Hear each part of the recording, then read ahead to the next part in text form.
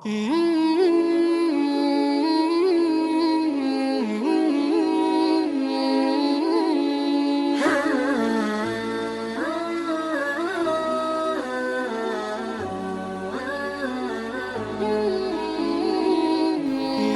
علیکم ورحمۃ اللہ وبرکاتہ۔ اسلام ود عائشہ نور میں آپ سب کو خوش آمدید۔ آج ہمارا ٹاپک ہے جہنم میں عورتوں کی کثرت کے بارے میں۔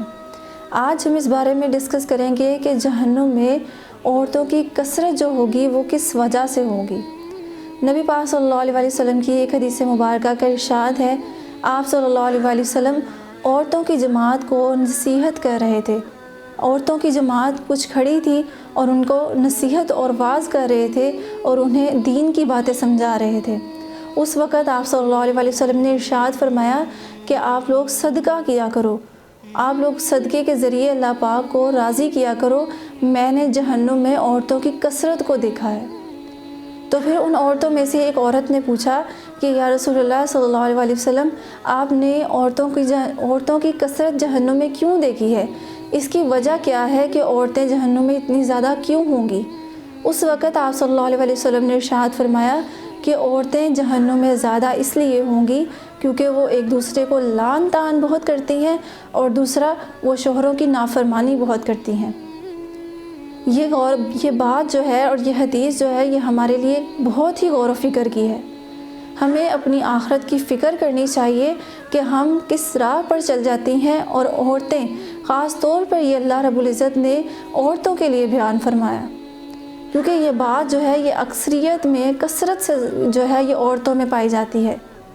کہ آپس میں چھوٹی چھوٹی بات پر ایک دوسرے کو لعنتیں بھیجتی ہیں، ایک دوسرے کو طنز کرتی ہیں اور پھر شوہروں کی نافرمانی کرتی ہیں۔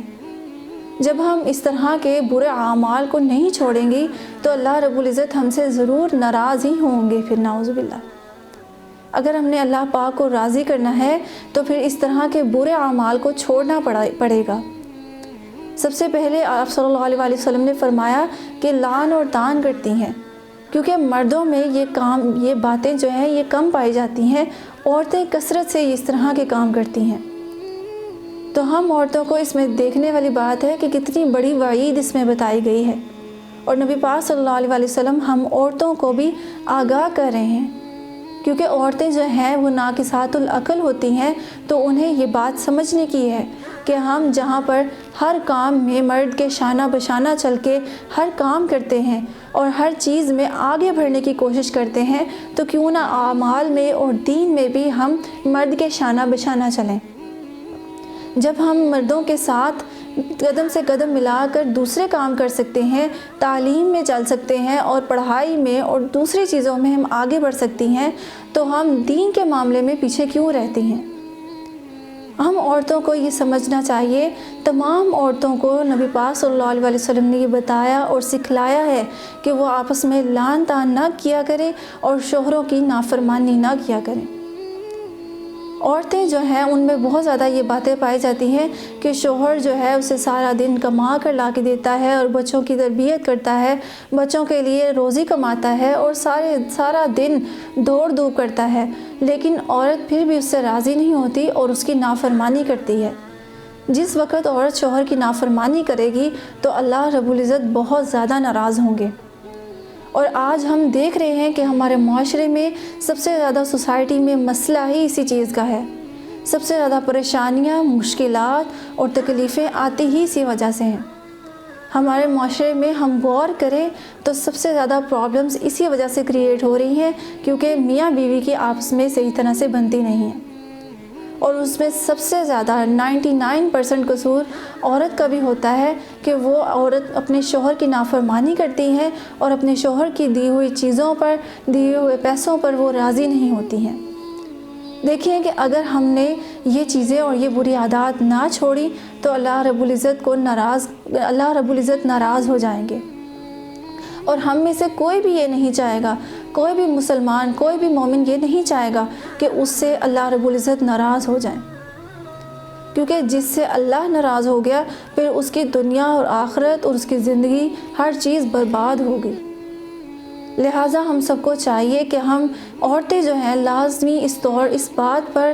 غور کریں اور سب سے زیادہ اس چیز میں آگے بڑھیں کہ ہم نے دین کے کاموں میں اپنا پورا کا پورا کردار دینا ہے اور دین میں سب سے آگے بڑھ کر دکھانا ہے۔ جب عورتیں دین کے علم سیکھیں گی، آہستہ آہستہ دین کی باتیں ان کے دماغ میں ڈلیں گی، اور اس طرح کی احادیث مبارکہ جب ہمارے ذہن سے گزریں گی، ہماری نظروں سے گزریں گی، تو ہم خود بخود اس طرح کے برے اعمال چھوڑ دیں گے۔ جب ہم ایک دوسرے پر لعنت، تو ویسے بھی کرنا اتنا سخت اور کبیرہ گناہ ہے، لیکن جب عورتیں ایک دوسرے پر خواہ بلا وجہ کسی بات سے لعنتیں کرتی ہیں، تو پھر اس لعنت کا مستحق وہ خود بن جاتی ہیں، وہ لعنت خود اس عورت پر آ جاتی ہے۔ اور اسی طرح طنز اور طعن و تشنیع جو ایک دوسرے کو اتنے طنز دیتی ہیں کہ پھر عورتیں سکون میں نہیں رہتی، اور اسی وجہ سے پھر عورتوں میں سب سے زیادہ بیماری یہ ڈپریشن کی بھی بڑھ جاتی ہے۔ جب ہم اپنے آپ کو، اللہ پاک نے ہر انسان کو عقل دی ہے، اور ہم اس عقل کے ذریعے سوچیں گے، سمجھیں گے، اور اس پہلو کو اپنے دل میں لائیں گے کہ واقعی ہی ہماری اس میں غلطی ہے، تو پھر اللہ پاک ہم سے خود بخود راضی ہو جائیں گے۔ ہمیں اس غلطی سے اپنے آپ کو دور کرنا ہے، اللہ پاک کو راضی کرنا ہے۔ لوگوں کو راضی کرنے کے ساتھ ساتھ اللہ پاک کو راضی کرنا بھی ضروری ہے۔ جب ہم شوہروں کی نافرمانی چھوڑیں گی اور جو اللہ پاک نے دیا ہے اس پر ہم نے پوری طرح سے اللہ پاک کی رضا میں راضی رہنا ہے، تو پھر انشاءاللہ گھروں میں پریشانیاں آئیں گی نہیں۔ جب عورتیں اپنے شوہروں کی نافرمانیاں کرنے لگ جاتی ہیں اور شوہروں کے ساتھ بدتمیزی کرنے لگ جاتی ہیں، تو پھر جو ہے وہ نوبت جو ہے وہ طلاق تک آ جاتی ہے، اور اسی لیے آج کثرت سے طلاقیں ہو رہی ہیں۔ طلاق واقع ہونے کا سب سے بڑا سبب بھی یہی ہے کہ عورتیں جو ہیں وہ اپنے خاوند کی دی ہوئی روزی کو اور دی ہوئے جو پیسے ہیں اور جو ان کی جتنی وہ ضروریات پوری کر رہا ہے اس پر عورتیں جو ہیں وہ راضی نہیں ہو پاتی اور اپنی شوہروں کی نافرمانی کر دیتی ہیں۔ ہمیں یہ لگتا ہے کہ ہم اتنے آسانی کے ساتھ شوہر کے ساتھ برے لہجے سے بات کر کے اور آرام سے بیٹھ جاتی ہیں، حالانکہ جو عورت اپنے شوہر کے ساتھ نافرمانی کرتی ہے، شوہر کے ساتھ بدتمیزی کرتی ہے، تو اللہ رب العزت کا اس عورت پر قہر آتا ہے۔ فرشتے اس پر ساری رات لعنت کرتے ہیں جو اپنے شوہر کی نافرمانی کرتی ہے،